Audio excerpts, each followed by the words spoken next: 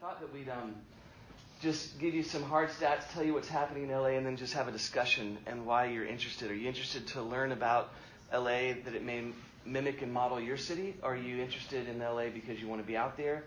But here's some of the hard statistics. And these are a little bit dated. Some are not, obviously. Like the 5 counties, we're not going to change the 5 counties. But what makes up the LA basin is Ventura, San Bernardino, Riverside, LA, and Orange County, which basically goes to the border of Santa Barbara all the way down to the border of San Diego. It's kind of too big. But when we think of LA, doing ministry in LA, we really think about LA County. Would you consider Riverside and San Bernardino in there too? Not really. Yeah, we're pretty prideful. I just think of LA. Yeah, I know, right? It really is kind of that, right? Even though LA, I think is 13 million. So. Yeah. And it's true. We really don't think about that. We really don't think about the other counties. In fact, Orange County we would never consider part of LA, although it makes up LA County. And Ventura too. I mean, Ventura we'd actually take in because we like the people in Ventura. Orange County we don't really care too much for folks in Orange County. But am I off base there? Anyway, according to recent statistics, we're just in those 5 counties. We're just about 19 million, which puts us at the second largest population of a major metropolitan city in the U.S. This is fairly interesting. I think it's fairly accurate right now, but rapidly changing. 54% is still white, non-Hispanic is 39% of that. So white non-Hispanic makes up even a minority, but I don't know how they're classifying 54.9% white. 12.3% is Asian population, and that's a mix of Pacific Asian countries. 7% is African American. I think that number is actually a little bit wrong. I think it's higher, but I don't know how they're classifying it. And then 49.9% classify themselves in the U.S. Definition of Hispanic. We don't typically use that term because it's a term that's generally reserved from a white bureaucratic viewpoint. So we tend to use the word Latino, and Hispanic is used for census purposes. But out of that, 35.7% are actually from Mexico. Which is an interesting piece in LA because we've got lots of folks from all over the place, but it is a very large Mexican American culture. 3rd largest metro economy in the world, Tokyo, New York, and LA fall in line there. Almost $900 billion a year is our economy just in LA. From 1900, we had 250,000 people to 2017, we're about 8.8 million, 19 million folks. You can kind of see the way that it's grown over the years and how it just continues to be this mass urban sprawl. Some of the questions that we had, John brought up this question too, but the statistics out there, I don't know what it is, but I don't know how many folks, Cedric, you may know with World Impact, how many folks are currently in churches right now out of the demographic? Do we know, is it 3%, is it 10%, is it? Out of the total demographic? Mm-hmm. Yeah, it's low. I think it may be between 10 and 5%. Yeah. And then one of the questions that I've been thinking about since Tim brought it up is how will they now hear in light of Keller's insight of the apologetic with the changing demographic, where they'd say, I don't have a reason to go. I don't have a reason to go. So here's some of the hard stats. LA tends to be it's often described, and it's accurate, that it's this mass urban sprawl. So folks don't mind. Although this is changing a little bit, folks don't mind driving all over the place to go to church or to go to an event. Traffic's just a way of life. But the public transportation system's getting better and better all the time. People are starting to find that. And what that's done is it's created, and I'll let Kevin talk about this too, it's created an opportunity for the city to divide up into neighborhoods. So they have identified 119 neighborhoods. And they're trying to even block off streets to make traffic flow easier, to make public transportation easier, things of that nature.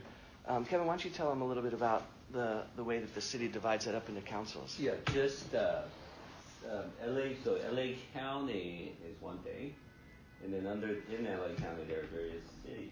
The city of LA County is probably about 13 million out of that. The city of LA, I less than around 4 million. I think it's closer to 5.5. Oh, is that right? I think City that's of right. LA? Yeah. Anyway, it's significantly lower than the county, and so the city of LA has 119 neighborhoods, basically neighborhood councils. It's divided into neighborhood council. Each of these council, they really don't have much power except for influence, but they meet very diligently and they try to speak into the affairs of the neighborhood, and a lot of them become not in my backyard-ism groups, and some of them, yeah. So it's very over the last 20 years, I've observed that it's become not extremely, but very neighborhood centered. So every neighborhood is building a little corridor, little business district, and I think every neighborhood is extremely different. So when people come to LA and they want to plant in LA, they really have to think about what neighborhood they want to plant in. So even though like Pasadena, for example, is not a neighborhood of LA, but it's in LA County, we think of it as kind of, Pasadena probably has, even Pasadena has probably a half a dozen neighborhoods. More than that, yeah. Yeah, something like that. So LA County is 119 official. Yeah, we have officially, that map in my office has the big breakdown of the Pasadena neighborhoods, which is like 119, but it's not. It's just a lot. But you wouldn't even know if you lived there. There's probably 6 that you know that you live in. You're right. Just one thing about LA is that it's the city of LA itself is kind of weird because there are places in LA that are actually closer in the middle of the city that are not the city. For example, Beverly Hills is in the middle, but it's not. It's its own city, but it's really like kind of in the middle of LA. West LA. Yeah. Compton. So we have different cities in the middle of the city that are actually incorporated as a city, which is kind of weird to me. But that's like Pasadena is closer to downtown. It's pretty much LA. It's only like 15 minutes away from downtown, whereas there are parts of LA like say Porter Ranch that are like an hour away from downtown. Yeah, Santa Monica is not a city of LA. No, right. Yeah. But you mean parts of LA. Yeah, you're right. Yeah, parts exactly. of LA, yeah. like say like Porter Ranch, Granada Hills. Yeah, you're right. That's true. LA has a history, a deep rooted history of racial divide. In fact, Cedric, you might want to speak on this too. But one of the things that came out, if you were in the casting a vision for your city, I mentioned this too. But one of the things that we learned a few years ago about LA that still exists, is that on the deeds of your home, when you buy a home in LA, your deed continues to say that you must sell that home to the same racial classification that you're in. So the city was divided out into areas in which only certain races could live in. It kept the city segregated, and those deeds from the early 1900s to the 1950s continued to say that. So if you look at it, it still has that on there. It's illegal. It doesn't. No one, buys into that, but it's still there. So these racial tensions and divides still happen. Cedric works with World Impact in LA, and you can talk about some of that tension. You've been there in the midst of it. Yeah, I mean, I'm a native of Los Angeles, so I was born and raised in LA. Lived in different parts of Los Angeles between Inglewood. Grew up in Ladera Heights, which is considered to be the black African American Beverly Hills, to where you have $1 million homes and stuff like that. So one of the things that I think LA has is kind of like what Kevin is saying. LA is a very unique city for the simple fact that you can have opulence and poverty next door to each other.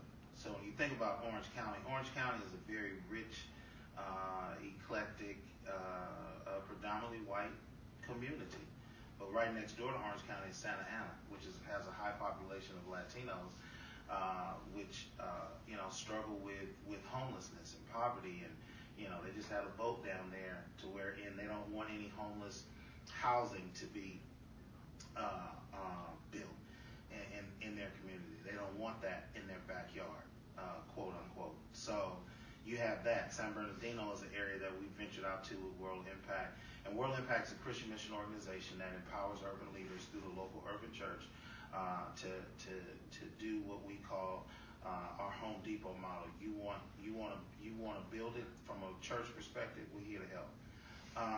And we've teamed up with organizations like Stadia to kind of do this thing a little bit better. San Bernardino is an area that is very poverty stricken, to wherein I think it has the highest number of jobless, homeless out of all of our counties in California. San Bernardino has the highest because it struggles with people just being able to survive.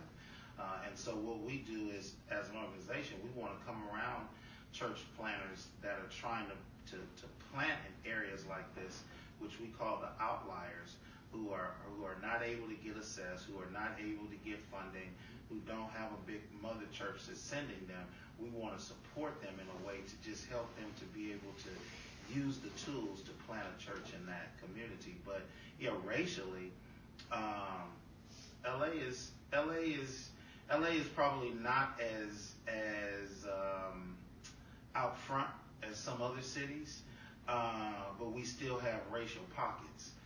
So there are still areas that are still considered very Asian, and you'll see it because the words on the buildings change into their native language. We have a little Ethiopia community. We have a community populated a lot with Vietnamese and the Filipinos, and my Indian brothers and sisters have their pocket in LA. When you get more to the South LA, that's where you get more black and brown. So you have the Comptons, you have the Watts, you have those areas. You have gentrification that's going on in cities like Inglewood, which was predominantly black, which is the community that I was born into, that now, because of the football stadium coming in, you see more of my white brothers and sisters coming back to the community. Where my office is, which is near USC, north of USC, you wouldn't understand that this area that's predominantly black and brown have homes that are 1.8 upwards to $2 million homes, not so much because of the cultural demographic, but because USC is driving up the prices of the home. So you just have all of these different things going on that, racially, I think we're okay, but I don't think we're in a great place. So if that makes sense.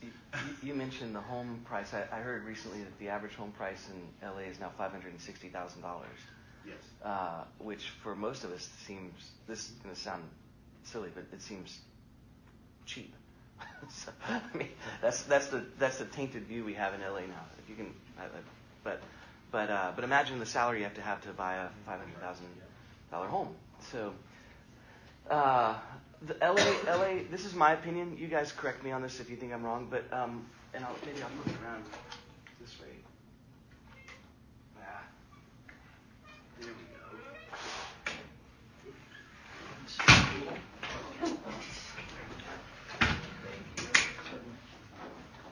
Got a pen. I think historically, and this is where the church kind of comes in.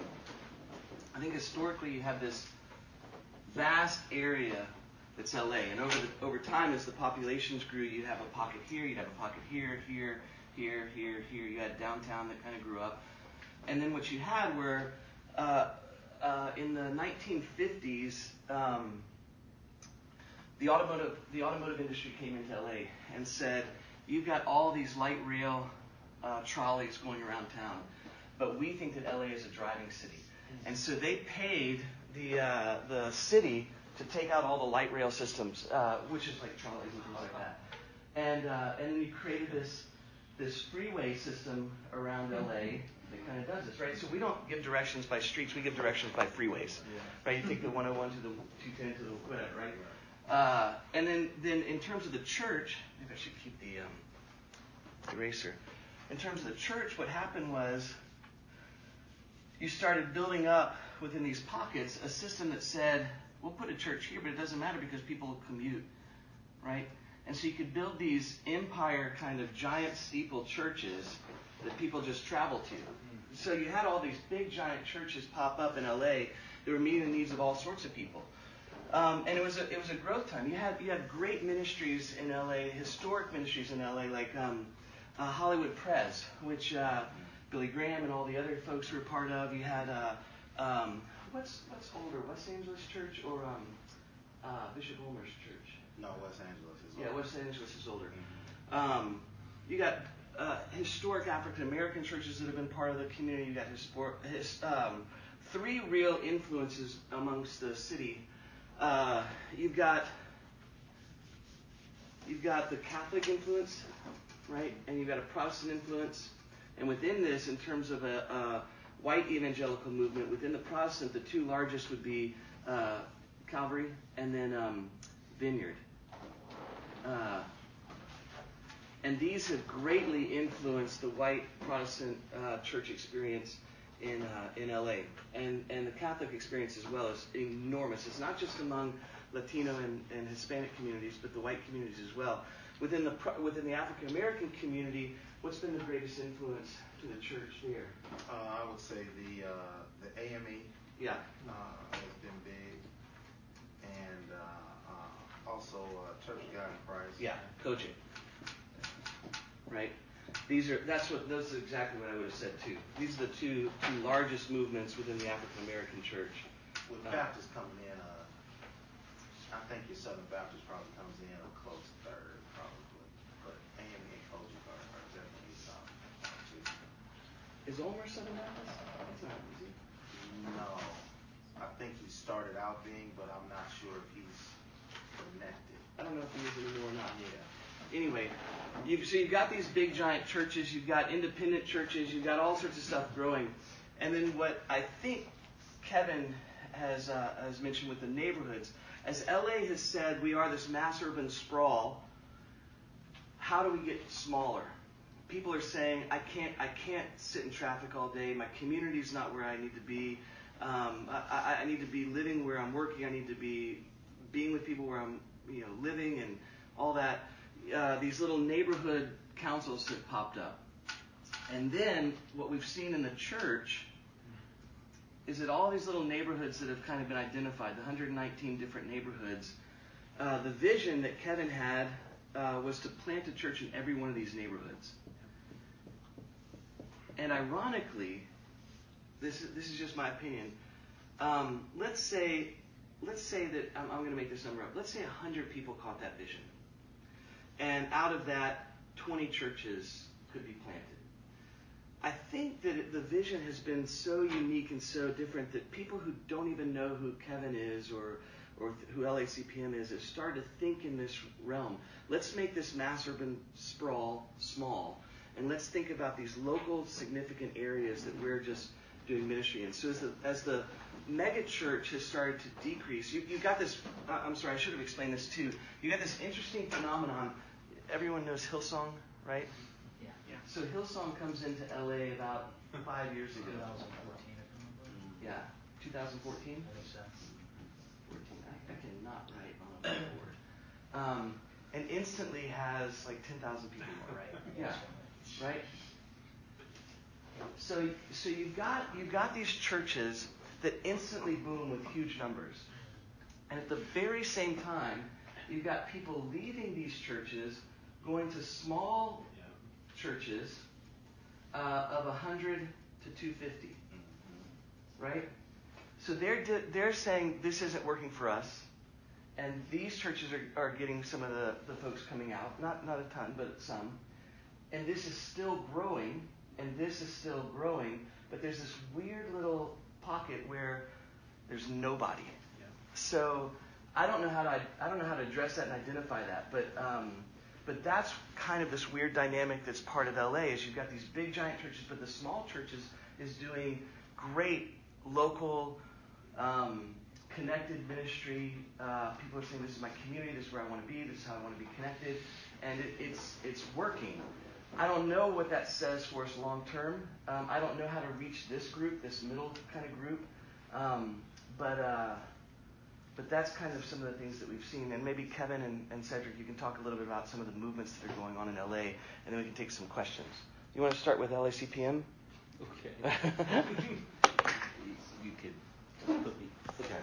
And these are perfect notes, so if you can't just well, can I you don't have to erase.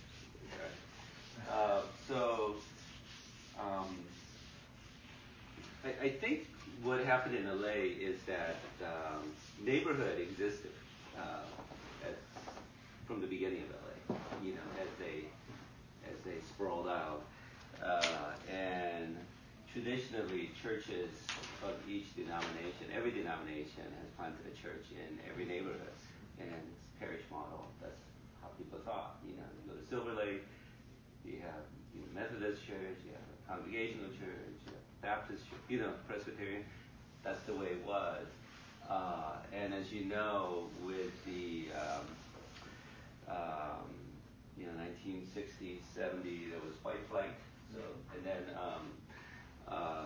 people moving out to the suburbs, and then you have the Latino influx as well. And so LA by itself, by the way, is, I don't know exactly, but it's way more than 50% Latino city of LA.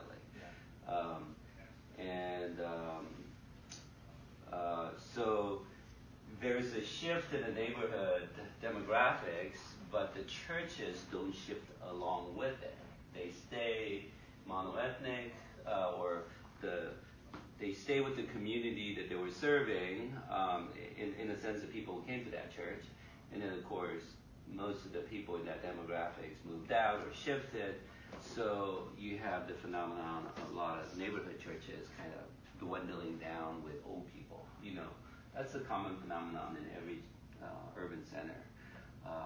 And of course, in the 80s, I think there's these bigger churches saying, hey, we got a great program, commute to us. So that we have some bigger churches popping up in maybe the 80s and up to the 90s maybe. I think the current trend is that you see a lot of people, a lot of young people wanting to move back to the city. And so housing prices are going up. There's a lot of demand in the city. Suburb is not the preferred location anymore for a lot of young people. And so they're buying into some of the historic black neighborhood, for example. Black neighborhoods are becoming more multi-ethnic. That's creating some issues. And so every neighborhood is shifting once again, as white people are moving back in. It's the ring phenomenon that happens in all cities. Yeah, I think it's something that's happening. So it's happening in LA, and so the neighborhoods are shifting again, changing again, and it's in the middle of that process right now. And I think it's becoming more multi-ethnic in each neighborhood. Not every neighborhood. Some neighborhoods are holding tight and saying, like Boyle Heights, its neighborhood east of downtown is 95% probably Mexican American, of about mostly second and third generation Mexican Americans, and so they're very unique, and they're probably the strongest fighter against gentrification. But so you see a lot of fights happening in LA, but it's changing. Economics is changing, and I think as that's happening, people want their neighborhood to be good. They want it to be safe. So policing has changed to much more community policing, and so there's a lot more police officers assigned to a particular area that know the area instead of like cruising. Like 20 years ago during the riots, at that time, police were seen more like a military force around LA. No community policing whatsoever. But Chief Brannin from New York came to LA and kind of changed LA's policing philosophy as well. So there's a lot more neighborhood orientation in that way. And so I think the church has to come back to the LA, come back to the neighborhoods. So that's the basic idea of LA CPM, church planting movement. It's not that there aren't churches there. There are tons of churches there. If you take a typical African American neighborhood or a Latino neighborhood, for example, you probably have one neighborhood could have over 100, 200 churches. I mean, there's a church in every block, every corner, and every strip mall. It seems like. So there are lots of great churches, lots of small churches, storefront churches. But there are also kind of a lot of transitional neighborhoods in which it's a little bit different. I think the African American neighborhood is a different, has totally different dynamics in terms of mission, and it has to be handled. I think it has to be handled from within, in my opinion. The elders of that community has to call you in. You don't just go in. I think it's true with some of the Latino neighborhoods as well. You really need to be invited into the neighborhood by the pastors and the people who work there. You can't just go in like you're going to save that neighborhood. There are other more diverse neighborhoods in which there is no real kind of a Christian community, pastors, leaders there. And so those communities are, I think, a little bit more open. So the basic idea is, what if we just continue to plant more churches in every neighborhood in Los Angeles? I think there are different kinds of church plant movements going on. Obviously, some people are doing missional, small group home churches, whatever. A lot of different things. Some people, Hillsongs of the world, are coming into and set up cathedral churches. I think is wonderful. But I think we also need neighborhood churches that are refreshed or reimagined to actually reach the new demographics of that neighborhood. And so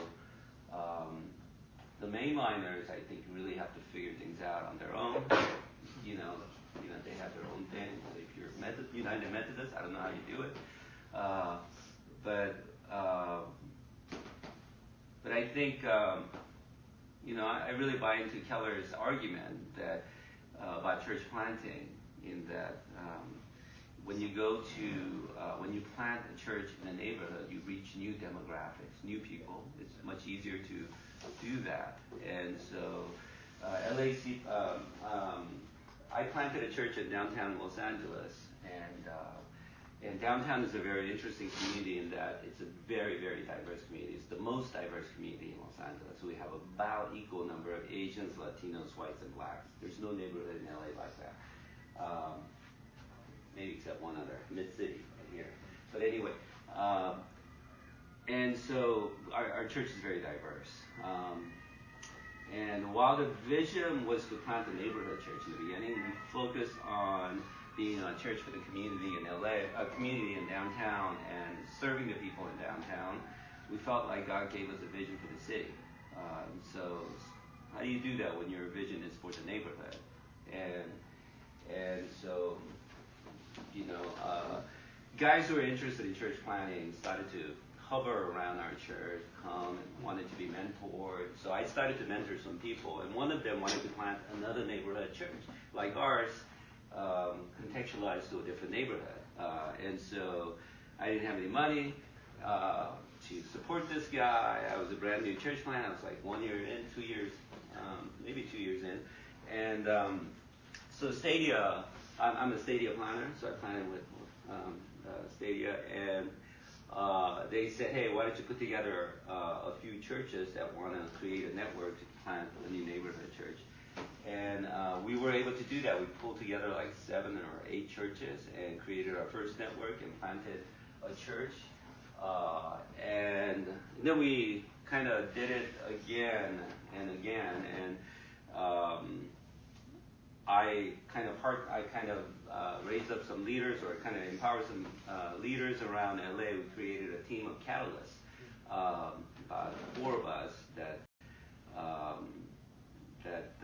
were committed to planting a church in every neighborhood. By the way, now that I think that a lot of people really like that slogan, planting a gospel-centered church in every neighborhood in Los Angeles, I hate it now because it kind of assumes that there is no church. It feels colonialistic. I hate that kind of thing now, so I never say it anymore. But anyway, when I said it, a lot of white people liked it. And Asians too. But I became aware how kind of arrogant that statement was. But anyway, so I learned. That was our vision, though. That's what we talked about, planting a gospel-centered church in every neighborhood in LA. And we did about 9 of it. We brought actually 40 different churches of different denominations together to plant 9 different churches. All of them with Stadia. Stadia actually came in and they trained a planner, they coached a planner, they provided support, basically did all the work. The network came in, a network of churches basically pulled together the money and created a management team. That's all we did, and that's all we know how to do. Stadia was the expert, so we partnered up with them. They were sort of the general partner in the process. And worked great. Imagine 40 different churches in LA actually putting together money. When I say 40 different churches, it's not like, hey, we support what you're doing. That's not what we're talking about. They have to take out money and put it in. And we raised about $200,000 per plant. So that went great for a while, but then first 3 plants sort of didn't work out. And so I think we lost credibility with our pitch, because we were, urban plant is hard. Stadia is used to much more suburban kind of a planting scheme, and their success rate is like 90% sustainable within 3-4 years. We're selling those numbers. Invest in us, 90% sustainable, 3-4 years. We can do that. That's our track record. But we couldn't say that anymore because we're kind of failing. Don't ever say that I said that to any of those church planners. It's not they did amazing work, but they didn't sustain. They didn't continue on after about 3-4 years. So we actually came together. The catalyst, one of the key catalysts, he kind of gave up on this whole vision, saying, "This is not working."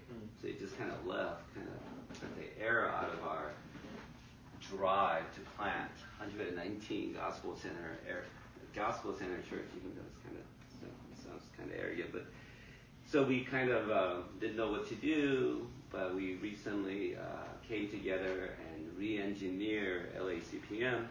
So one of the things we used to do is to have quarterly gatherings to pitch this vision, try to get as many churches to come and kick the tire about, meet with people, meet with planners, gain the vision to plan the church. And so we used to have, 100, sometimes as many as 150 church leaders around LA come. And so we became sort of the hub of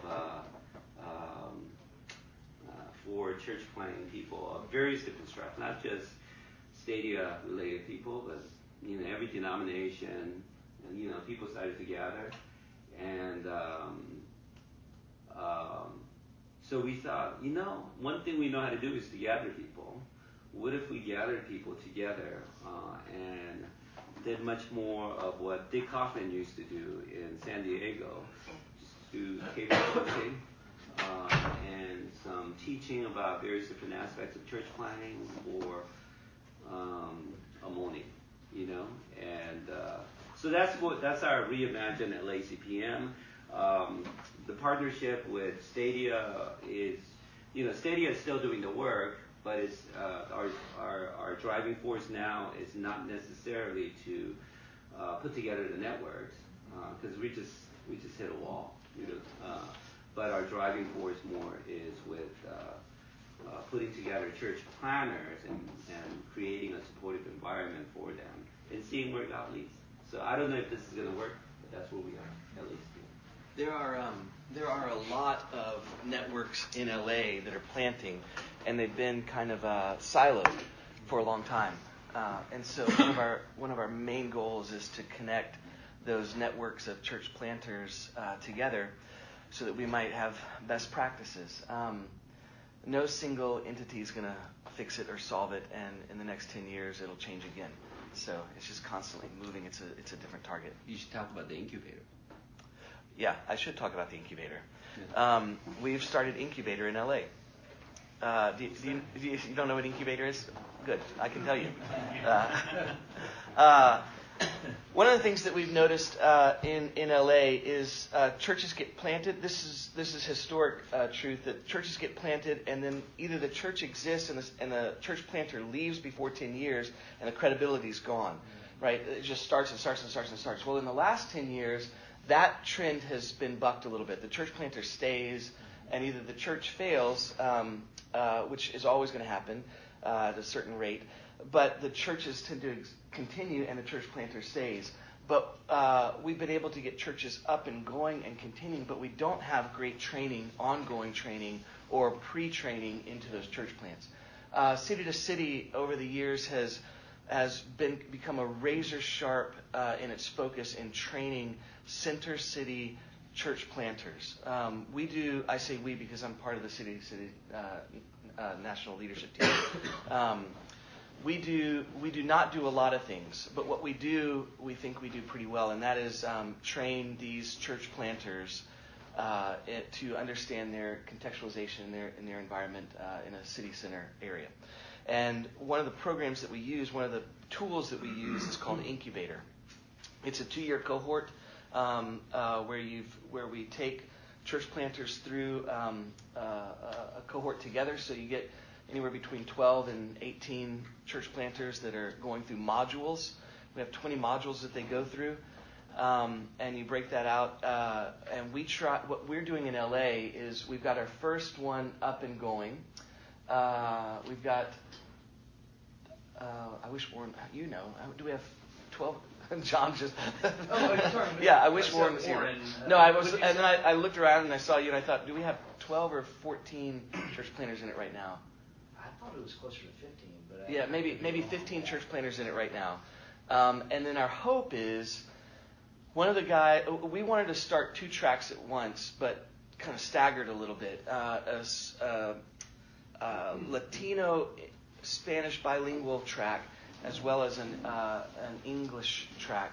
And then we think that we're also going to need to start a Mandarin track as well for folks that are planting churches in bilingual context. So we've got a guy who's on staff with us now who's going through the cohort. He's been through Train the Trainer, which is a training program to lead Incubator. And he's a Spanish-speaking guy in West LA in a bilingual context, doing a great job with his work. And he's helping out with that. So we think that in 6 months we'll launch that.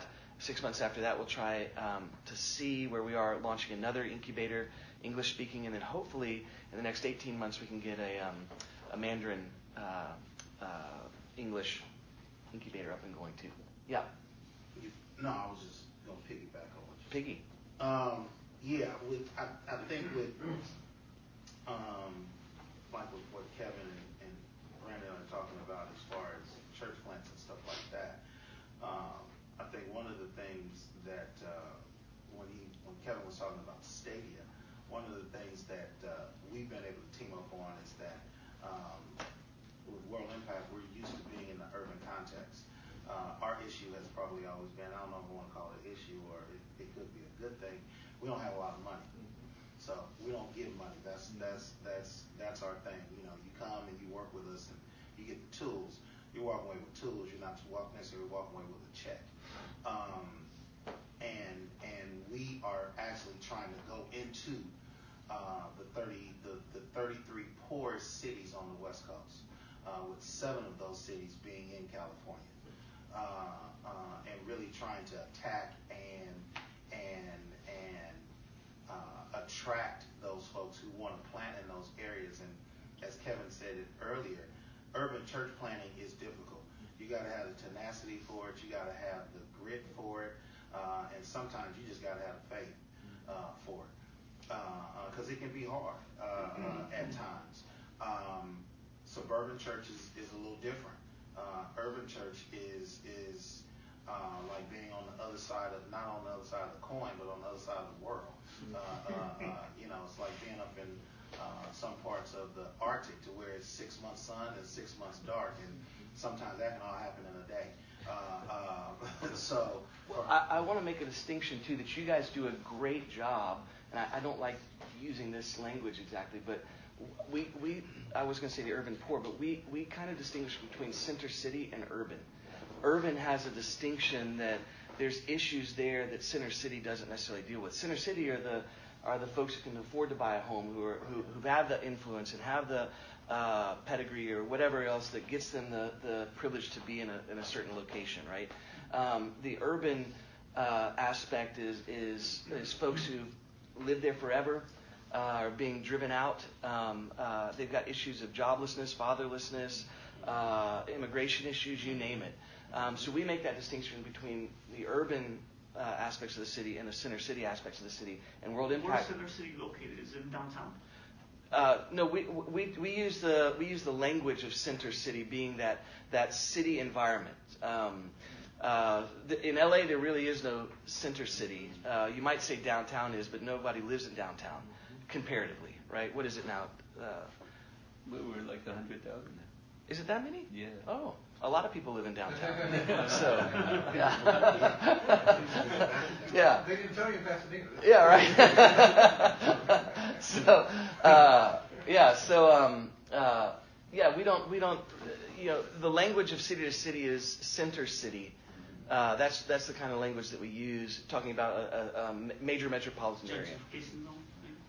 No, we don't really speak about it in those kinds of terms either.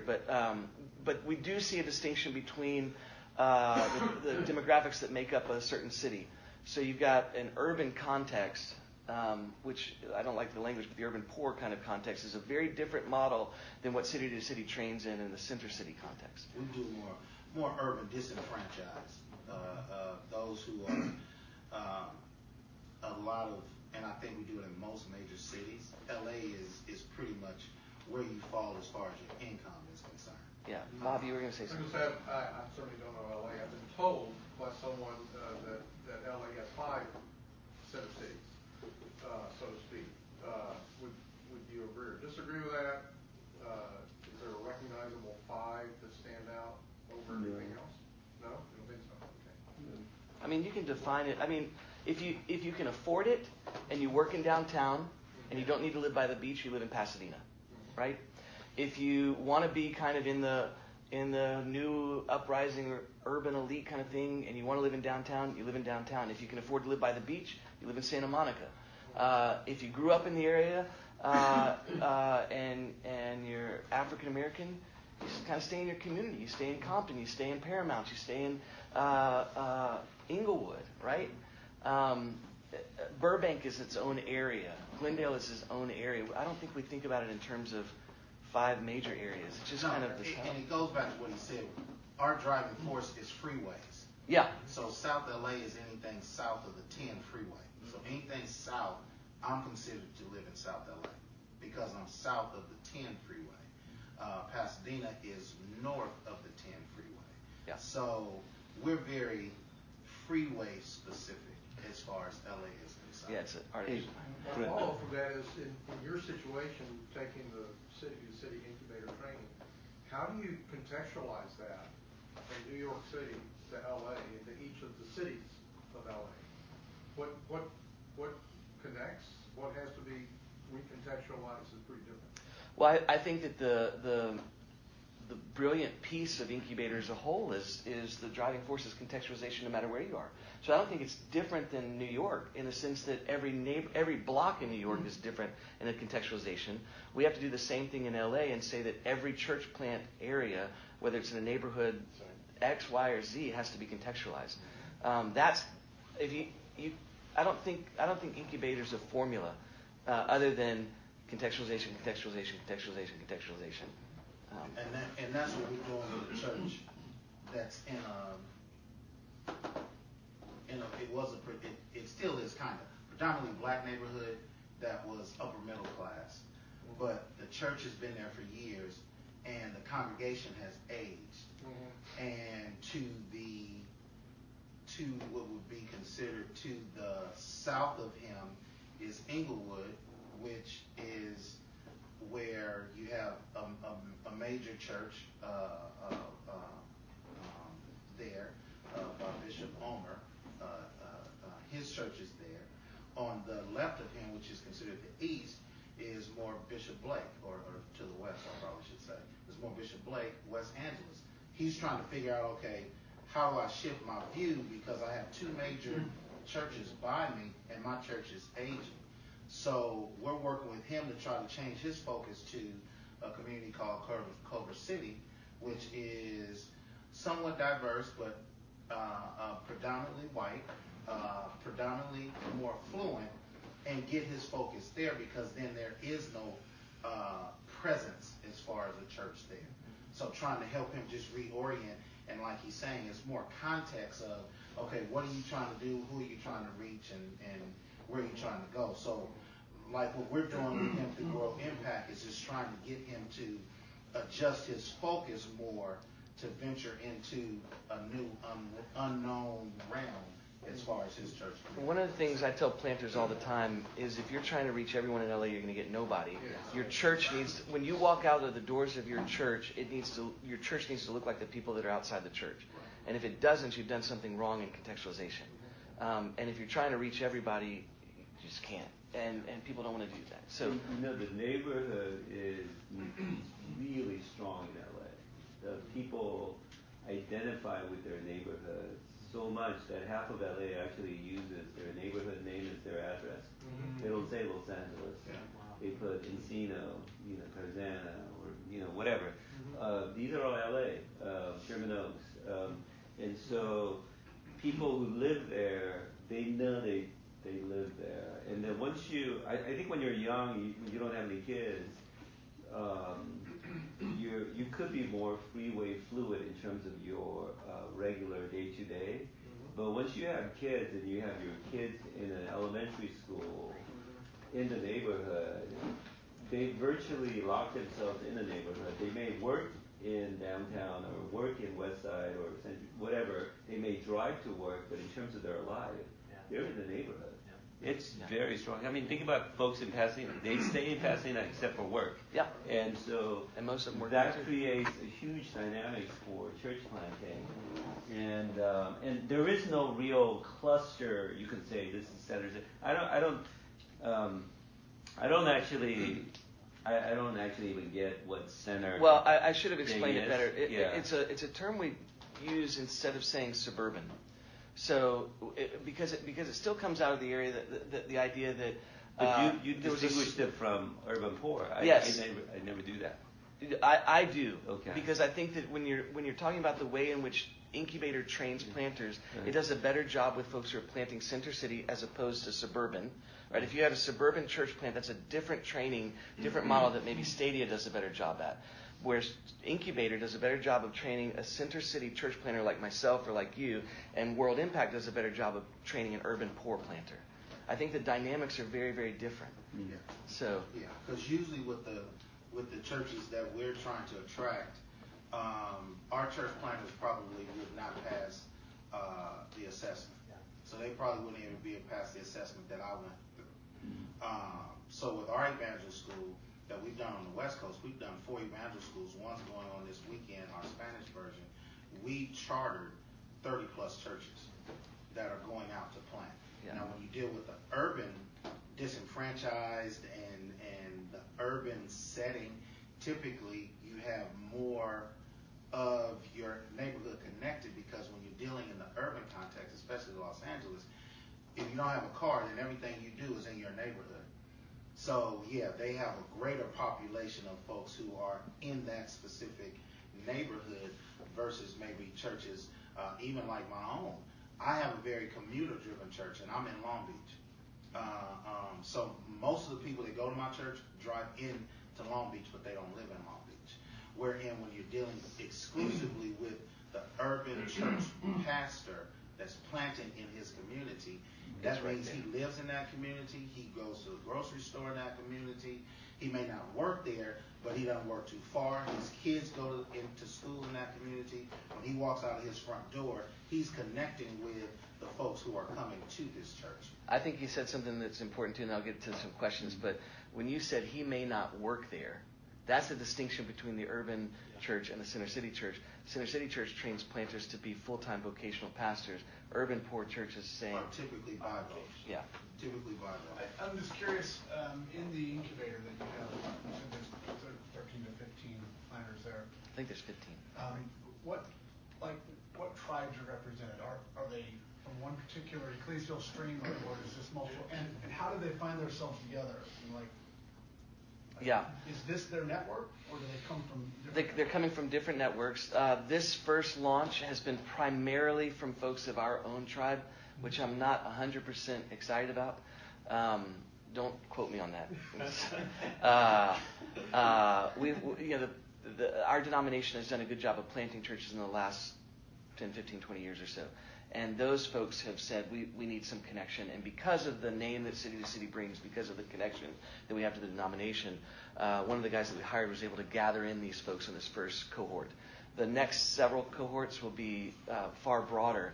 And quite frankly, we do piggyback. I mean, we are City to City Los Angeles, so we piggyback on the benefits that City to City brings, name recognition, all that. And folks do flock towards it because they understand what it implies. So, but we have several in the next cohort that we think we're building. We've got several folks from the Anglican Church, and then a number of folks from the non-denominational church. We've got 2 planters that we think will come through from Reality LA, and then we may. I'm praying, please Lord, that we actually have a planter come out of Kojic, Church of God in Christ. They have not planted in years and years and years and years. And they think they might, and they want to use the training for that. So that would be fantastic. Any questions? I know we're running a little bit late. Yes. Does LA have a violence problem? Is there a lot of violence in LA, just kind of like we have here in Chicago? It is. The answer is yes. It's different than Chicago. You guys want to answer how that's different? I mean, I didn't hear the question. Do we have a lot of violence? You guys have a violence issue in the city of LA, kind of like we have a very big violence here. Oh yeah, issue here in Chicago. You guys have a similar issue. Yeah, we cut and shoot every night in LA. I didn't want to say it like that, but yeah, that's the best way to say it. What's that? Chicago. My stereotype of Chicago is yours is done by the mafia, and ours is done by MS-13. So I think every major city, you have a level of violence. Does it touch our respective areas? It may or it may not. Community where I live, Carson, our hardest crime is attempted grand theft. People breaking into cars. Well, that adjusts downtown where Kevin is, where you have a homeless population, and they're trying to convert it more to a West Coast version of Times Square. So I think we got anywhere you got people, you're going to have violence. Yeah. How the media blows that up is something totally different. But yeah, we have violence, but it's not we're not having a purge situation in LA. What does rise though, and this is true of every city. Chicago right now. Yeah. It does rise in the heat waves. When the heat waves happen, violence happens. Mm-hmm. So that is true. yeah. Anybody else? I lived in LA for 25 years. It feels much safer. I mean, crime rate is significantly down. It's very much. It feels. You know how New York has changed so much in the last 25 years. LA has experienced something similar. Yeah. And one little tidbit, and I think Kevin brought it up. I'm part of different community and clergy and policing groups. The police in LA are really trying to shift the whole community policing, which I think is really helping to drive down some of the violence. Yeah. You guys came in late. Where are you from? I'm from Minneapolis, but I go to Wheaton College. Okay, great. And I'm from Colorado. Great. Glad you're here. Anybody else? What tribe were you with? You said you weren't that excited about it, or I'm with the PCA. okay. So don't tell Bob. They were outside the box half the time. Don't worry. Yeah. We kind of pride ourselves on being in LA that we fly under the radar on most stuff. So your role, is city to city primarily your platform? Or, Yeah. Okay. And so at the end of the day, at the end of a week, what do you feel like is a win for you for your role? Oh, my particular role. I have 10% of my time is bought by city to city to oversee the network of our incubator and training and all that, and to build inroads into churches around the city that we have another entity we call Together LA. So 10% of my time is bought from that, but I'm a church planter. So the end of the week, I feel like I'm good if our church is still standing. So, which every week it feels like, is this the last Sunday we're going to have? And it just continues to grow. Together LA, is that the connection with Stadia? I mean, you guys, is that a big umbrella? Or It is a big umbrella. We're trying to do lots of different things under the umbrella, but the church planting training arm is through city to city. The church planting arm is through different networks like Stadia or others or whatever else. Can I just offer a quick observation and encouragement? Maybe I'm with Foursquare, so LA is pretty near and dear to our heart. I actually did my master's degree at King Seminary when it was still in Van Nuys before it moved out to Texas. With Hayford. Anyway, in Atlanta about 10 years ago, we had our denomination of Mercy cycle. So we had our urban cycle, right? When all of a sudden the emphasis and the money was directed toward urban centers, and we did a great job starting several really great churches with really great pastors, and we had money for them and good training, good cohorts. We did everything right, and at the end of about 3 years, we're all gone. And it's because of the sustainability issue. And it's nobody's fault. We have to do a better job of finding long-term sustainable streams to provide funding in an ongoing basis to those churches that are working among the least of the least and the poorest of the poor. Because even if they have 1,000 people showing up on Sundays, that tithe bucket is still rattling at the end of the day, right? So our error was that we didn't forecast that, and so we laid on them the expectation that, hey, we'll help get you started. What's wrong with you? Why can you keep it going? So that's and it did more harm than good. I guess what I'm saying is this: at the end of the day, by us not considering the long view, we did more harm than good. I wish, my great regret is I wish we hadn't done it at all, because now that what we wanted to see what we found was that the rift was even deeper, and there was it's really no going back from that. So Kevin can correct me on this model, but I think that we're developing a model right now that does this with one guy in particular. Is we built a management team that planted with him, and we said you've got a 3-year ramp, right? And at the end of the 3 years, you need to be able to be self-sustaining. Tragic model, because he's doing a great job and he's got like 70 people, and at the end of the day, his coffers are rattling, right? So this management team says you're doing a great job. Your major funders are going away. We need to see you as a local missionary. And so this management team is saying, we will cover your salary from here to whenever, and every bit of the tithe money that goes in is for your local development. I think that's a better model for us. I think that, what you're saying, I think we're all learning in the cities. Every city where big church planting organization has come in, try to do something big. We disappointed really high caliber Latino, African American church planters, put too much expectation on the neighborhood that they went into. And man, that those first two of them were like that for us, and yeah, that's such a learning experience. How do we do this? How do we do it in a sustainable way? I think that's one model. Another model, is just kind of going back to the way it has been done in the past, the way it worked. How do we partner up with them? But then, I don't really see it as like the incubator folks do this and the urban port does that. It's just something's wrong in my head to bifurcate it's always wrong like in that. I don't your like head's that. messed up. And so, but then there is we do have to think differently about a neighborhood that's going to sustain itself in 3 years easily if they get 50 people consistent versus a neighborhood even with 500 is not going to sustain itself. And so, how do we think differently? What does bivocational mean, and does missionary model mean? Stuff like that is something that we're all grappling with right now. Which is why I've become a really strong advocate for networks of networks, working together. And because even a really good network, one really can't do it all.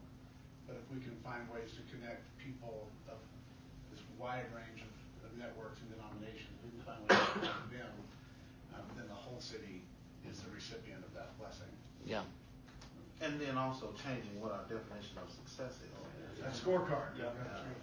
As a church planner, I came in to think that success looked like one thing, but I had to change my view of success. And sometimes success. I have a colleague who is a Foursquare guy, who for most of his church is made up of homeless folks.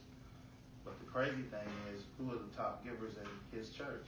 The homeless folks, not the ones who are working in that sort of thing. It works for him. My colleague and boss at World Impact, when he planted his church because he was an educator and principal. He planted his church with his students, who are not big time givers, but he sustained it to the point to where, once their parents started coming, it increased. So, it's got to be a whole lot of God in it, and at the same time, I think as church planners, you always got to go into it and change your view of what success is, because what might work for Kevin may not work for me. That's right. But we're both successful. My question is, you mentioned Calvary and Vineyard kind of leaving a big footprint on the Protestant, particularly among whites. I'm a product of that in California, because when my father got out of the military, he went to California Baptist College. I was born in Riverside, and that never left. I'm 47. That hasn't left my family for 47 years. I'm in Atlanta. My folks don't live in LA, in Riverside anymore. But what does that look like today? Because I know Calvary Chapel has been changing, undergoing a lot of changes of late. Are they still pretty tight denominations? I know they're not a denomination, but as a movement. No, I don't think it's as influential as it once was. I think the footprint is still there, and I think the same holds true with the Vineyard footprint. You still got the LA kind of ideal, Lonnie Frisbee kind of stuff of things, but I think it's changing. I think that the non-denominational aspect is still the biggest imprint on white Protestant in LA, but I don't know how long it's going to take to get the Calvary Chapel Vineyard kind of piece out. It's just still there. I don't know. What would you say? Yeah, I think they're probably among the strongest neighborhood churches, Calvary Chapels and Vineyard churches. If you look at every neighborhood, there's usually at least one in every other neighborhood. But it doesn't have the influence that it once had, right? I think Calvary Chapel in Orange County, which we don't consider LA. Down there in Orange County, is one. I don't know about how much impact they have, but they've certainly planted a zillion churches. Yeah, that's true. That's right. Probably like 100 Calvary Chapels around LA. There's 4 in Pasadena.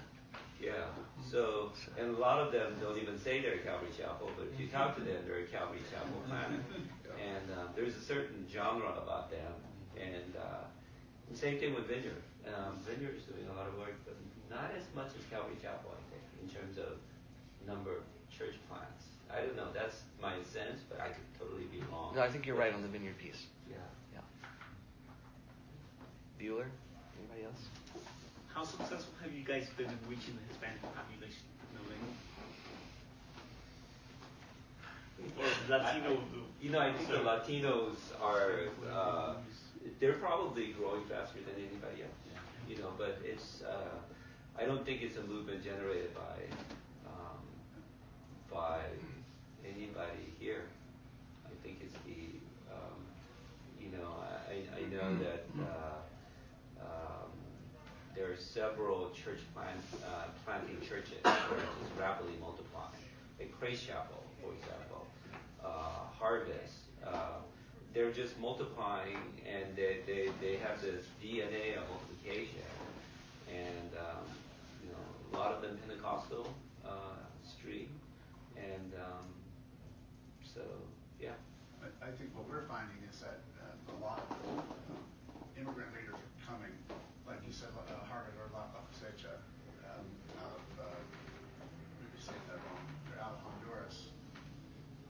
There's cosechas all over now, and they kind of have this Foursquare thing because that's who they are down there. When they come here, they're not officially connected to anything. They'll put the 4 symbols up, but you ask the district office about this church, they don't even know they exist. It's blowing up, and so it's the influence of the leaders from the other countries that are sending their disciples here, and then they're just dropping in and just. Same with Nigerians are coming with Foursquare Nigeria heritage, and it's very different than Foursquare in America. But they come here, they put the 4 symbols up. They're more Foursquare than we are. In LA, this isn't quite within the local context of a church plant, but one of the biggest things that's happened in the last few years is a Christian movement on social justice for immigration. So we found a lot of folks have engaged that way and then funneled into churches. Like there's a guy named Robert Romero who's a professor. He's a pastor and a professor at UCLA as a law professor. And he's been leading a charge for Matthew 25, Matthew 25, yeah. And he and another woman that he works with have had pretty good success in helping immigration issues and then funneling those folks into congregations. So. Sweet. I was going to say a lot of second and third generation Latinos, the kids who are growing up in LA, a lot of them are ending up in places like Reality LA, Hillsong, kind of the hipster, charismatic, non-denom churches. They all have beards and cool haircuts and wear glasses. They all look like me.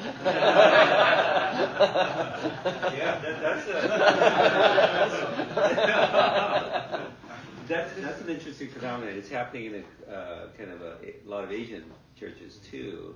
The second, third generation are no longer staying in their mono-ethnic language-based churches. They're coming out into a lot of different kinds of churches everywhere. And so I think Redeemer is 25% Korean Americans in New York, something like that, I hear. I don't know anymore. Probably 60% Asian. 60% Asian? Yeah, so you got that whole population has sort of mixed in. And I think it's happening with a lot of Latino second and third generation. So it's a totally different, I think, way to reach Spanish speakers from Guatemala versus third generation Mexican Americans. So. Yeah. Feel free to stay around if you want, but we're way over time. So.